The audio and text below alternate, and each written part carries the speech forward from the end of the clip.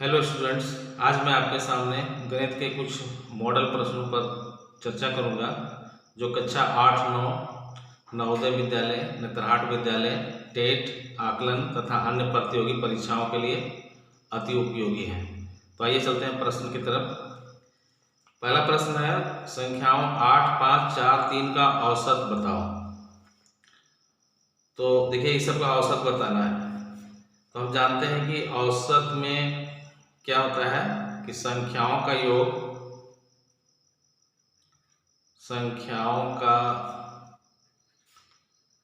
योग बटा कुल संख्या। तो इसको हम क्या करेंगे, 8 + 5 + 4 + 3 ये सबको जोड़ देते हैं। देखिए कुल की संख्या 4, तो इसको 8 5 13, 4 17, 3 20, 20/4 हो गया।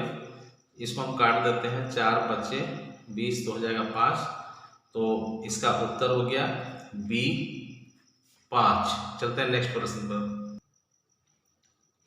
प्रश्न 2 है, 76/5 को मिश्र भिन्न मतलब संयुक्त भिन्न में बदलिए। तो इसको बदलने के लिए हम क्या करते हैं कि देखिए, ऊपर बड़ा है, अंश बड़ा है और नीचे हर छोटा है। ऊपर 76 है, नीचे 5 है, तो इसको हम 5 से भाग दे देते हैं। तो 5 एकम 5 और बचा 2, 6 और 5 बच्चे लगाएंगे तो इसमें हो जाएगा 25, बचेगा 1।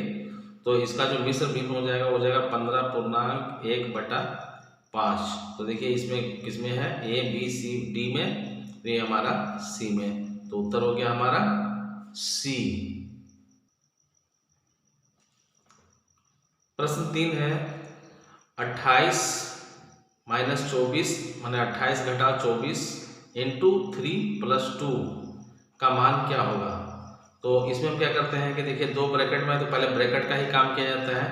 तो 28 में 24 घटाएंगे तो बचेगा 4 और इंटू मतलब ये ब्रैकेट के बाहर जो होता है वो गुना का साइन होता है। 3 और 2 को हम जोड़ेंगे तो हो जाएगा 3 और 2 5। तो इसको हम गुना करेंगे तो हो जाएगा 4 बचे 20। तो 20 हमारा किस ऑप्शन में, हम देखते हैं सी में है, तो हमारा उत्तर हो गया सी। प्रश्न 4 है, 15/7 का व्युत्क्रम क्या होगा। मतलब 15/7 का इन्वर्स क्या होगा। तो इन्वर्स जो होता है वो होता है, जैसे कोई संख्या p/q के रूप में है तो इसका इन्वर्स होगा q/p। तो ये हो जाएगा 15/7 का, तो इसका इन्वर्स हो जाएगा 7/15। तो हमारा उत्तर है सी। प्रश्न 5 है, एक सरल कोण कितने समकोण के बराबर होता है।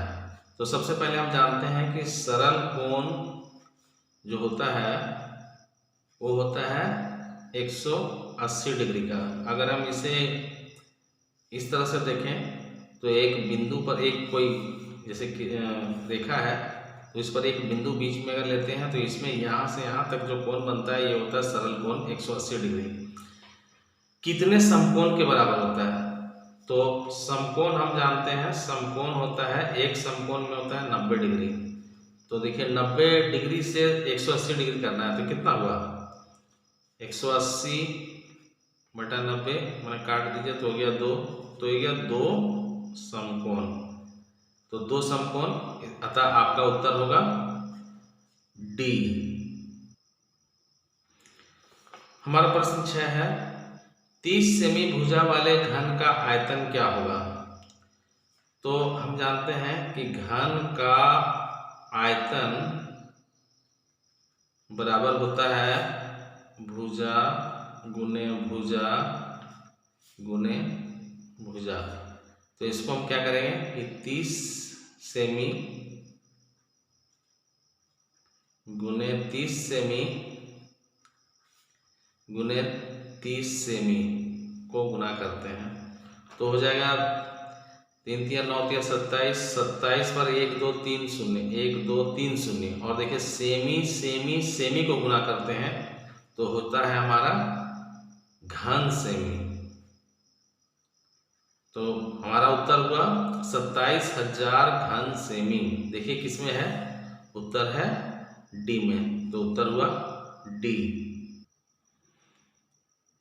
हमारा प्रश्न 7 है, सुरेश के पास 250 रुपये थे, उसने 100 रुपये खर्च कर दिए, तो उसने कितने प्रतिशत रुपये खर्च कर दिए? इसको हम कैसे निकालेंगे? तो देखिए, प्रतिशत खर्च में होता है प्रतिशत खर्च बराबर हो जाएगा खर्च बटा कुल रुपये, कुल धन गुने 100। तो इसको हम हल करेंगे तो खर्च हो गया कितना? 100 रुपया, कुल धन कितना था? 250 रुपया, और ये हो गया गुने 100। तो इसको हम क्या करते हैं कि एक शून्य काट देते हैं, 25 से 25 चौके 100 काट देते हैं, तो 10 चौके हो गया 40। तो यही हो गया 40%।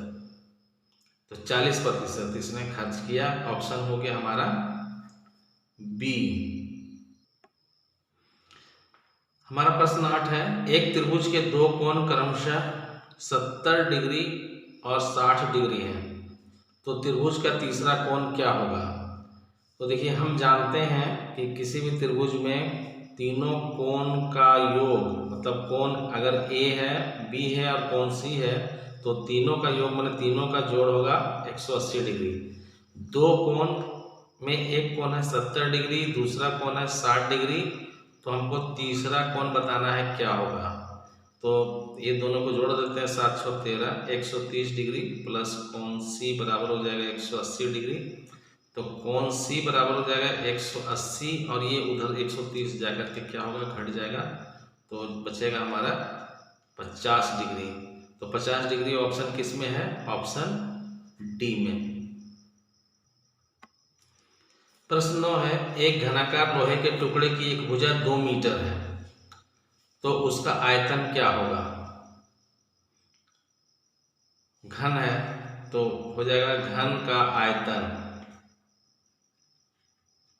घन का आयतन हम जानते हैं होता है भुजा गुने भुजा गुने भुजा, तो हो जाएगा 2 मीटर गुने 2 मीटर गुने 2 मीटर, तो हो जाएगा 2 दूनी 4 दूनी 8, और मीटर मीटर मीटर को गुना करेंगे तो हो जाएगा घन मीटर। तो देखते हैं अब किस में है 8 घन मीटर। तो देखिए, ए में है 8 वर्ग मीटर, ये तो नहीं होगा। दूसरा में है 8 घन मीटर, चलिए यही हो जाएगा ऑप्शन बी। ऑप्शन सी में 8 मीटर, ये नहीं होगा, और डी में है 8 घन लीटर, ये तो बिल्कुल नहीं होगा।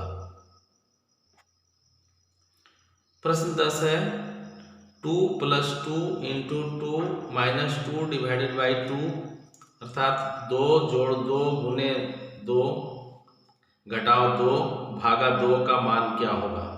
तो ये बोर्ड मास के फॉर्मूला पर आधारित है। तो सबसे बड़ा इसमें कौन है? तो प्लस इंटू माइनस और डिवाइड में सबसे बड़ा जो होता है वो डिवाइड होता है, तो हो जाएगा 2 + 2 × 2 माइनस ये डिवाइड करेंगे तो 2 में 2 से भाग गया तो बचा 1।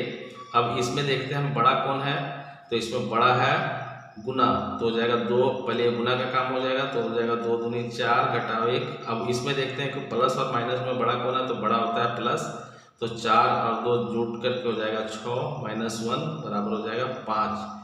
तो हमारा ऑप्शन क्या हो जाएगा? सी 5। चलिए, आज का वीडियो आपको कैसा लगा कमेंट करके बताइए, और हमारे चैनल को जो नए हैं वो लाइक और सब्सक्राइब कर लीजिए। ठीक है, थैंक यू।